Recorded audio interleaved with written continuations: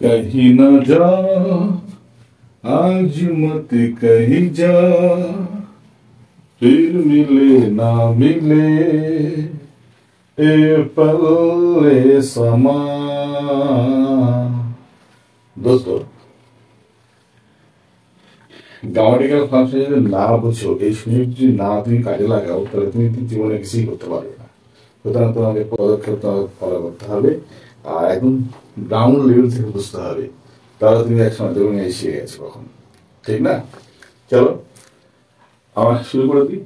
আজকে তোমাদের যেটা শেখাবো সবচেয়ে বড় কথা হলো আমরা এই যে হ্যাভ, এই হ্যাভ ভার্বটাকে আমরা পুরোপুরি আজকে কমপ্লিট করবো।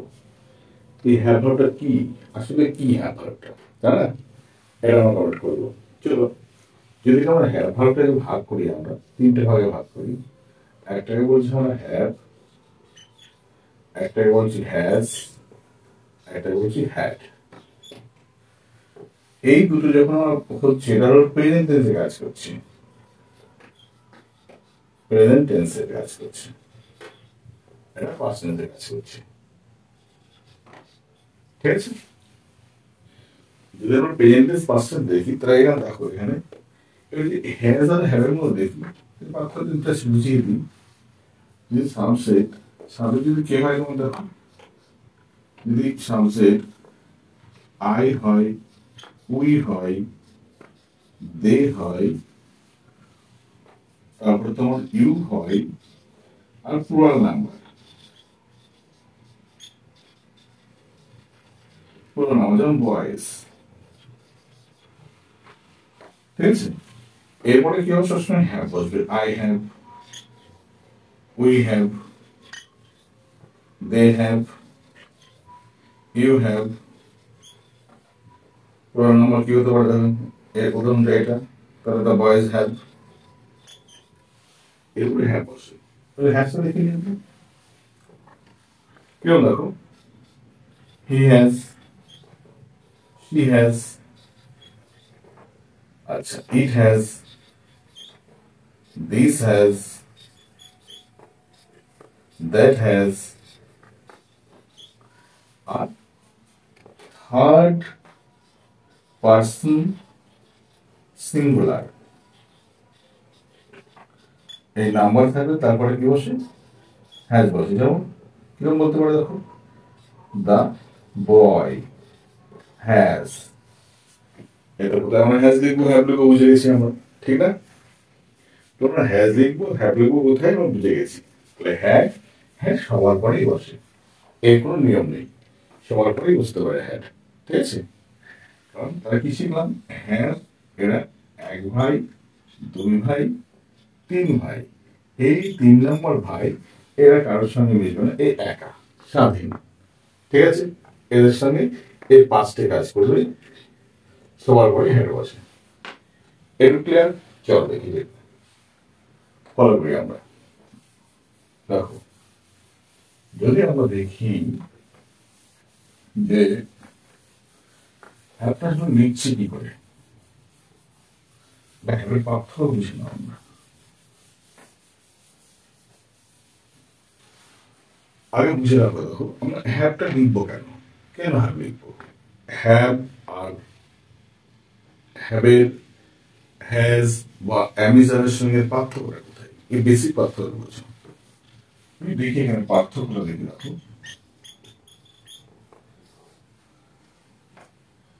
এবং আমি আছি,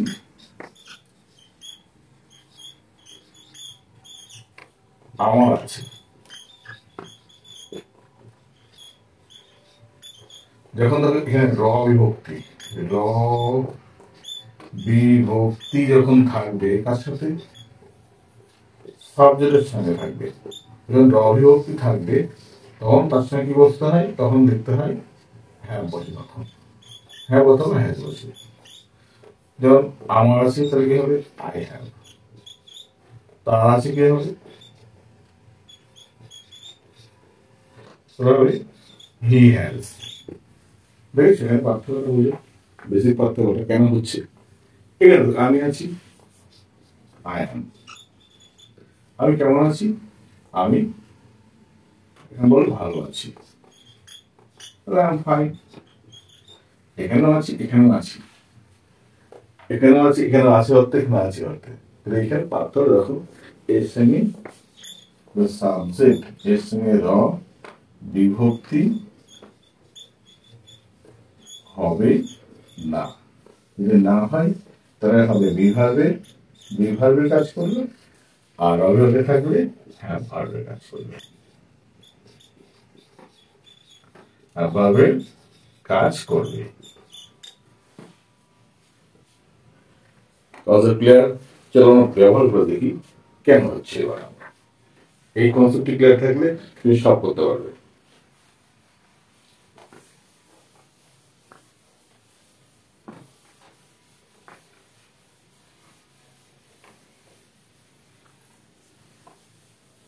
দেখো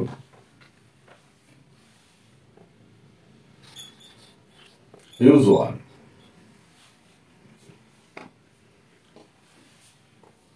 subject plus have অথবা has plus noun,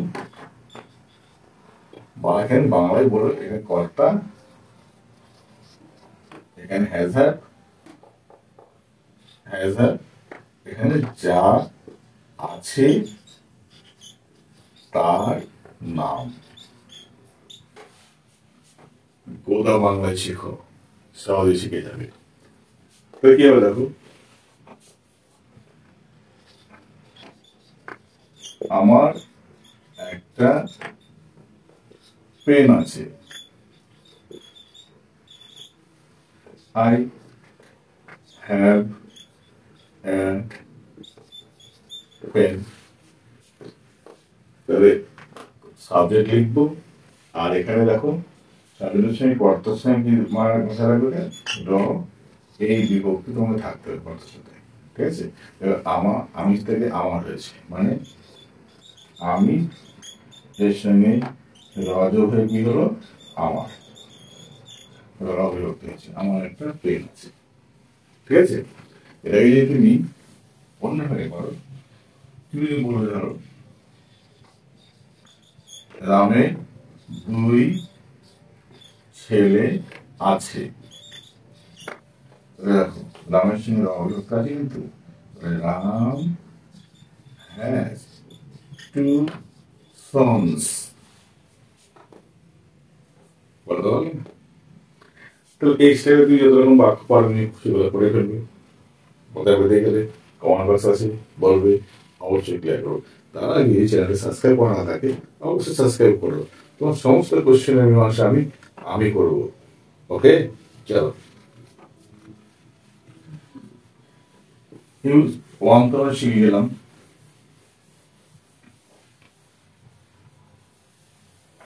দেখো ইউজ টু যদি আমরা দেখি কি আছে, ইউজ টু বলছে দেখো আমরা যেটা বলি যে বলছি এখানে দেখো having,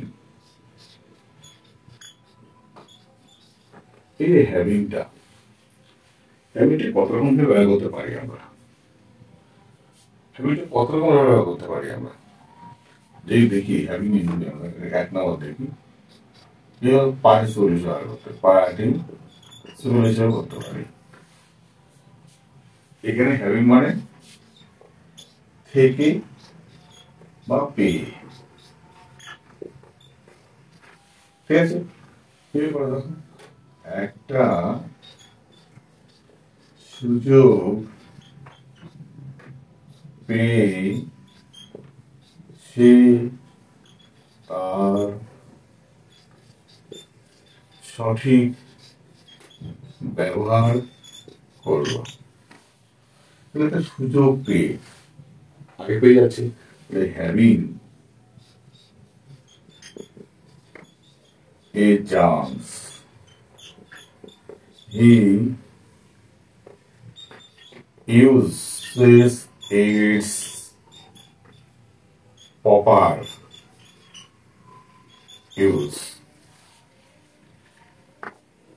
he uses his proper use, বা বলতে পারো he uses, এটা না বলে it প্রপারলি।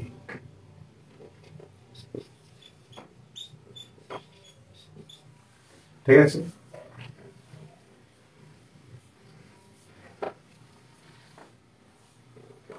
এভাবে কি করতে পারো? তাহলে দেখো আমার পার্টিসিপেট হিসেবে করতে পারি, একটা হ্যাভিংস রয়েছে। চলো এইভাবে করলাম না, ধরো এইভাবে করলাম না, হ্যাবিটের আরেকভাবেই করতে পারো। কিভাবে করতে পারো দেখো, এখানে বলতে পারো দেখো যে subject am, is, are plus having plus noun।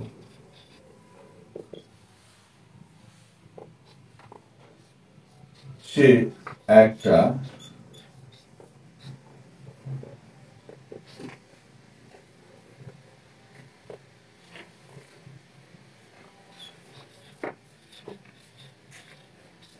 পুরস্কার পাচ্ছে। she is having a prize, সেটা পুরস্কার পাচ্ছে। তাহলে আমাকে হ্যাভিং এর দুটো ব্যাপার শিখে গেলাম। ঠিক আছে, কি বললাম?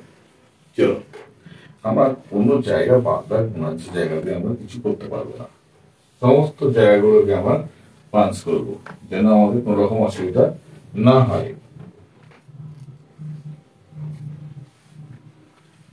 এবার ধরো আমরা মনে করলাম যে আমরা এইভাবে করছি না, অন্যভাবে করবো, করতেই পারি আমরা। কিভাবে করতে দেখো, থ্রিতে যাই আমার ব্যাপার, দেখো হ্যাজ হ্যাড অথবা হ্যাভ হ্যাড, এই ব্যাপারটা কি করতে দেখো হ্যাজ হ্যাড। আমরা দেখো যে ভালো করে দেখে নাও, যদি V1 V2 V3 করি, তাহলে হ্যাভ এর পাস ফর্ম কি হবে? হ্যাড। পি ফর্ম কি হবে? হ্যাড। ঠিক আছে, তাহলে আমরা যদি পাস পারফেক্ট প্রেজেন্ট পারফেক্ট এই কনসেপ্ট করি, তাহলে কি এটা দেখো subject plus has have plus V3 plus object বা নাউন একটা বসে এখানে। সেই জায়গায় দেখো আমরা বললাম এখানে, তাহলে এই যে হ্যাভ এর মানে জানতে হবে কি হয়, হ্যাভ মানে আছে, এটাই নয় কিন্তু হ্যাভ মানে অর্জন করা, হ্যাভ মানে পাওয়া। ঠিক আছে, এই মানেগুলো আমাকে জানতে হবে। তুই বলিস সে একটা পুরস্কার পেয়েছে বা অর্জন করেছে, তবে he has had a prize. ঘাবড়ানোর কিচ্ছু নেই কিন্তু এখানে, মনে থাকবে। এইখানে এই ক্লজ ব্যবস্থা কিন্তু আমরা করতে পারি। এইবার দেখো এর ইউজ তো আমার গেল, এই পাঠা তুমি করবে। এখানে আমরা রবীন্দ্রনাথ ঠাকুর নোবেল প্রাইজ পেয়েছিল, অর্জন তো করতে হবে তাকে। এই অর্জন করতে কোনো কিছু বড় পরিশ্রমের মাধ্যমে এটা কি করতে হয়, হ্যাভ হ্যাড হ্যাজ হ্যাড বা হ্যাড হ্যাড দিয়ে করতে হয়। রবীন্দ্রনাথ ঠাকুর নোবেল পুরস্কার অর্জন করেছিল, Rabindranath Tagore had had Nobel prize. ঠিক আছে, এইভাবে করবে। চলো ফোন নাম্বার দেখি কি আছে।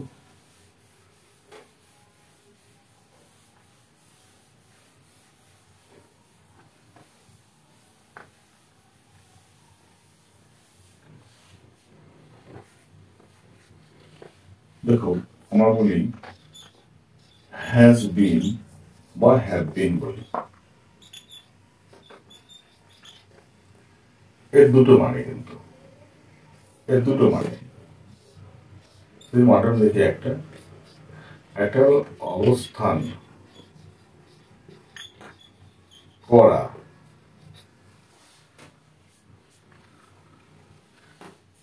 আরেকটা হলো হয়ে যাওয়া, হয়ে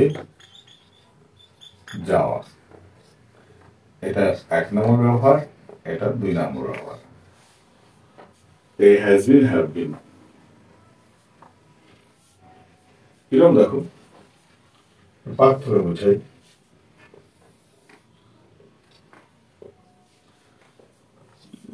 সে কলকাতায় আছে, সে কলকাতায় গিয়েছে, মানে বর্তমানে এটা কিন্তু মানে বর্তমান অবস্থা, বর্তমান অবস্থা কিন্তু এটা। যদি এটা দেখি আমরা তাহলে হি ইজ ইন কলকাতা, আর he has been in Kolkata. পার্থক্যটা কিন্তু এই জায়গাটায় কিন্তু এটা হলো, এটা হলো, এটা হলো শাশ্বত, ঠিক আছে? এটা হলো প্রারম্ভিক, ক্ষণস্থায়ী, এটা ক্ষণস্থায়ী কিন্তু এটা শাশ্বত। এটা এই পার্থক্যটা বুঝে প্ল্যানিং করে ফেলো। দেখো অ্যাডমিন অবস্থান বোঝানো বুঝে গেল, হ্যাঁ? তবে অবস্থান, এই অবস্থান, এই 1 নম্বরটা কিন্তু আমরা এই স্টাইলে, এই স্টাইলে বুঝে নিতে পারি, ঠিক আছে? কোনো বাক্য যখন লিখবে বা বলবে, স্মার্টলি বলবে, জড়তা কোনো কাজ করবে না, তাহলে তো স্মার্ট কাজ করতে পারবে না। চলো আমরা 1 নম্বর তো হয়ে গেল, 2 নম্বরটা কি আমাদের কি আছে? হয়ে যাওয়া।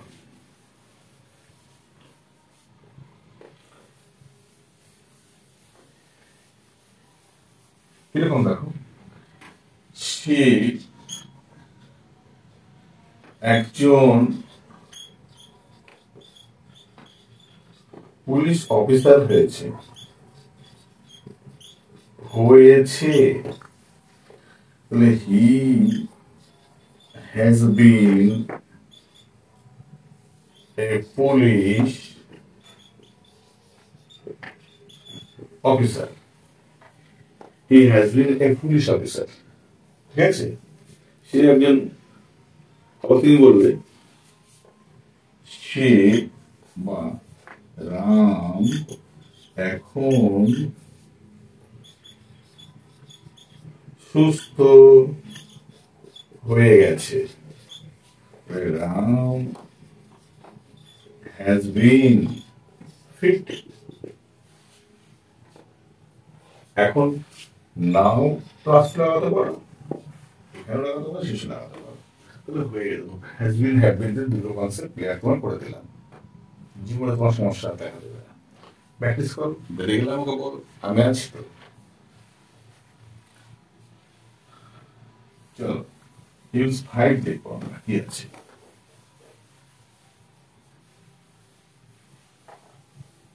ইউজ 5, ইউজ 5 সবথেকে বড় কথা হলো ইউজ 5 আমরা কি করতে পারি। যেমন এখানে বলেছি হ্যাভিং বিন, এই হ্যাভিং বিন যখন আমরা করবো, এটা কিন্তু দুরকম ভাবে করতে পারো। ডু ভার্বের পার্টিসিপল, পার্টিসিপল, আর এটা হলো বি ভার্বের পার্টিসিপল।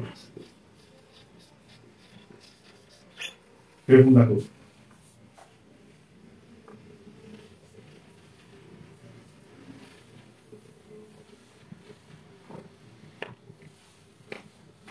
এরকম দেখো কিভাবে করতে পারো। সে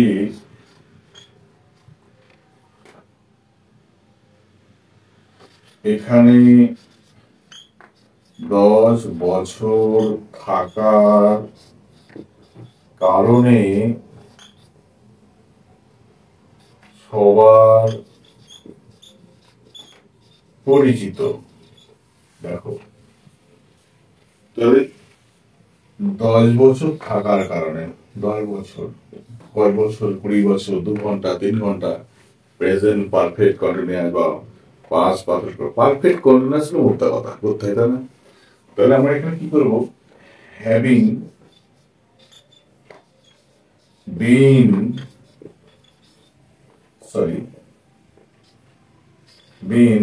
living here for 10 years. He is known to us. এখানে 10 বছর বসবাস করার জন্য এই বাক্যটুকু এর পার্টিসিপল করলাম, প্রেজেন্ট পারফেক্ট কন্টিনিউয়াস টেন্সের পার্টিসিপল করা হবে জায়গাটায়। ঠিক আছে? তাহলে দেখো ইংরেজি কিন্তু দূরে নয়, হাতের মুঠোয় কিন্তু ইংরেজিটা। তুমি জাস্ট বাংলা সেন্সটা বোঝো, কিভাবে কাজটা করছে, ইংরেজি শিখে যাবে। এবার তুমি এটাকে এইভাবে তুমি করলাম, এভাবে তুমি করলে, এবার তুমি এই জন্য এটা করবে, কিভাবে কিভাবে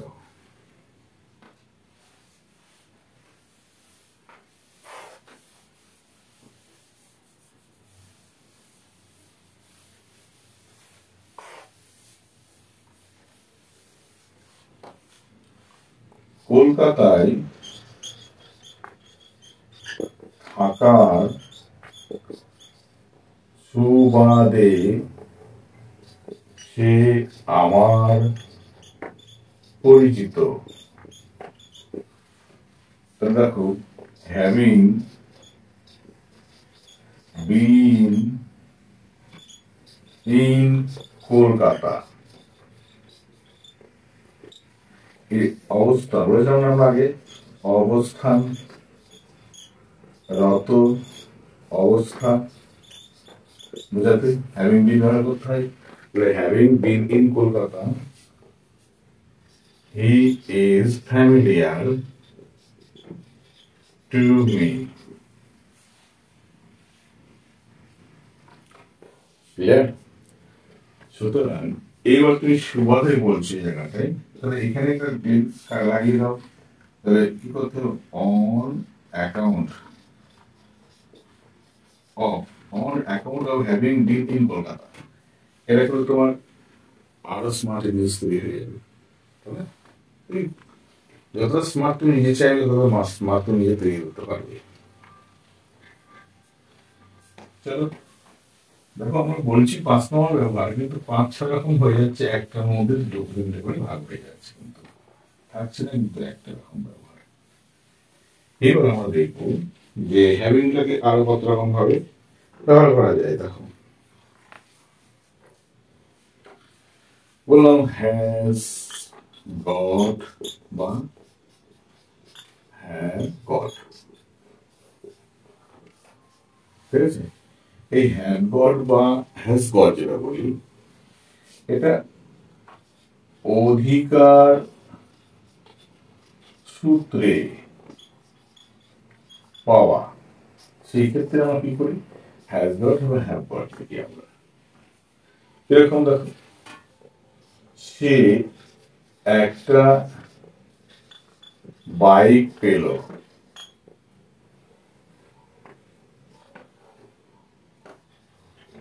বাবার কাছ থেকে, পেতেই পারি আমরা বাবার কাছ থেকে। He has got a bike from his father.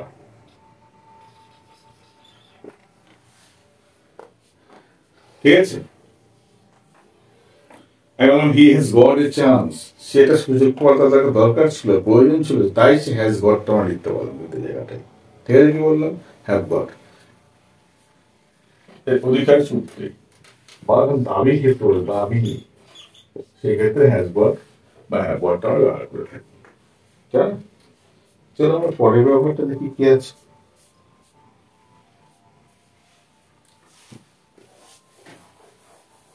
Has বা হ্যাভ যাই দিক না কেন, আমরা সেটাকে একেবারে তুড়ি মেরে উড়িয়ে দেবো, আমাদের কোনো কিছু সেটা বাড়বে না আমাদের, ঠিক আছে।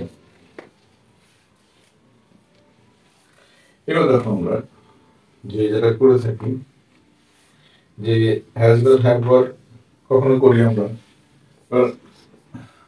হ্যাভ টু বা হ্যাজ টু আমরা লিখি, এটা করবই প্রতিজ্ঞা, প্রতিজ্ঞা করলে, এই প্রতিজ্ঞা করলে, ঠিক আছে, মানে মরণপণ, মরণপণ, মরণপণ প্রতিজ্ঞা করলে তার মানে হ্যাজ টু হ্যাভ টু। যেমন তুমি দেখো, আমি ভালো রেজাল্ট করবই, তাহলে I have to score good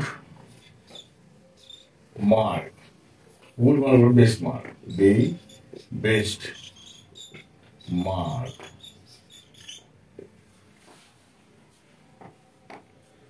ঠিক আছে। I have to score the best mark দরকার নেই, তা তো হবে। সেখানে দেখো এই প্রতিজ্ঞা করছি করবই, সেই ক্ষেত্রে কিন্তু আমরা এখানে হ্যাজ টু হ্যাভ টু এভাবে ব্যবহার করে থাকি, ঠিক আছে। এবার দেখো আমরা অন্যরকম একটা কিছু ব্যবহার শিখি আমরা, যে দেখি আমরা যে কখনো দেখো আমরা বলি এখানে হ্যাভিং V3, এই সঙ্গে হ্যাভিং সঙ্গে V3 ব্যবহার করা, এরকম দেখো, তাহলে হ্যাভিং এর পরে V3 ব্যবহার করছি, কারণ হ্যাজ হ্যাভ হ্যাড মানে হ্যাজ অথবা হ্যাভ অথবা হ্যাড, এরপরে সবসময় V3 বসে, হ্যাঁ। কি হলো, কি করতে পারে তো দেখো এখানে, তাহলে হ্যাভিং এর পার্টিসিপেল পদ কিরকম দেখো,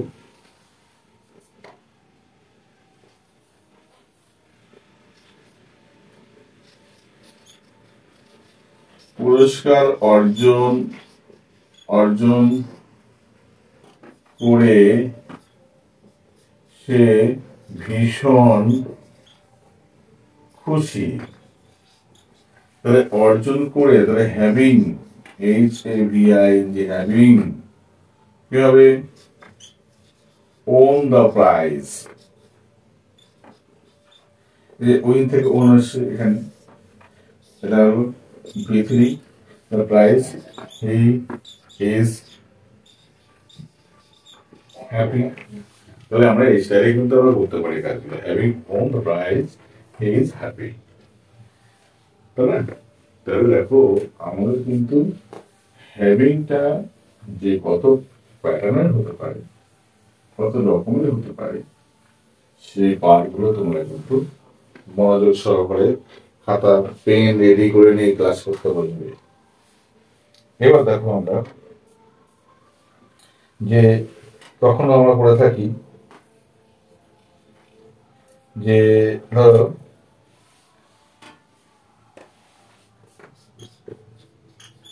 হ্যাভ টু, হ্যাজ টু, এইখানে একটা আর একটা ব্যতিক্রম ব্যবহার থাকবে এখানে, মানে কিরকম একটা সাবজেক্ট থাকবে, তারপরে তোমার হ্যাজ থাকবে বা হ্যাভ থাকবে, তারপরে V3 থাকবে একটা, তারপরে টু প্লাস V1 প্লাস বাকি অংশ, কিরকম দেখো এখানে বলেছি,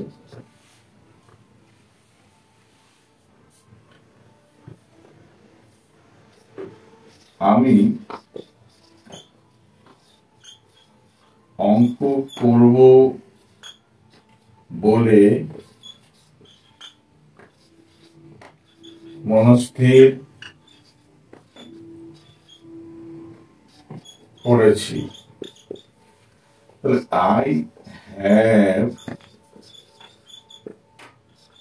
ডিসাইডেড টু সলভ ম্যাথ। এরকম এখানে সাবজেক্ট হ্যাভ এসছে, V3 এসছে, টু একটা ইনফিনিটিভ চলে এসছে, টু যুক্ত ইনফিনিটিভ ভাগ হয়েছে এখানে। পরে দেখো বাকি কর্মগুলো যা থাকে আমরা বুঝতে পারি আমরা। এইভাবে কিন্তু আমরা বাক্যগুলোকে আগিয়ে নিয়ে যেতে পারি আমরা, ঠিক আছে? সুতরাং আমি যখন তোমাদের ক্লাস নিতে থাকবো, কিছু এক্সট্রা নতুন কিছু তোমার সঙ্গে হাজির করবো, যা তোমাদের স্পোকেন, রিটেন এবং এবং তোমার ব্যবহারিক ক্ষেত্রে একটু আলাদা এক্সট্রাঅর্ডিনারি তোমার শেখানোর চেষ্টা করবো। Okay bye. চলো অন্য ক্লাসের সঙ্গে পরে নতুন ক্লাসে আবার আসবো, দেখা হবে পরে আবার। Thank you.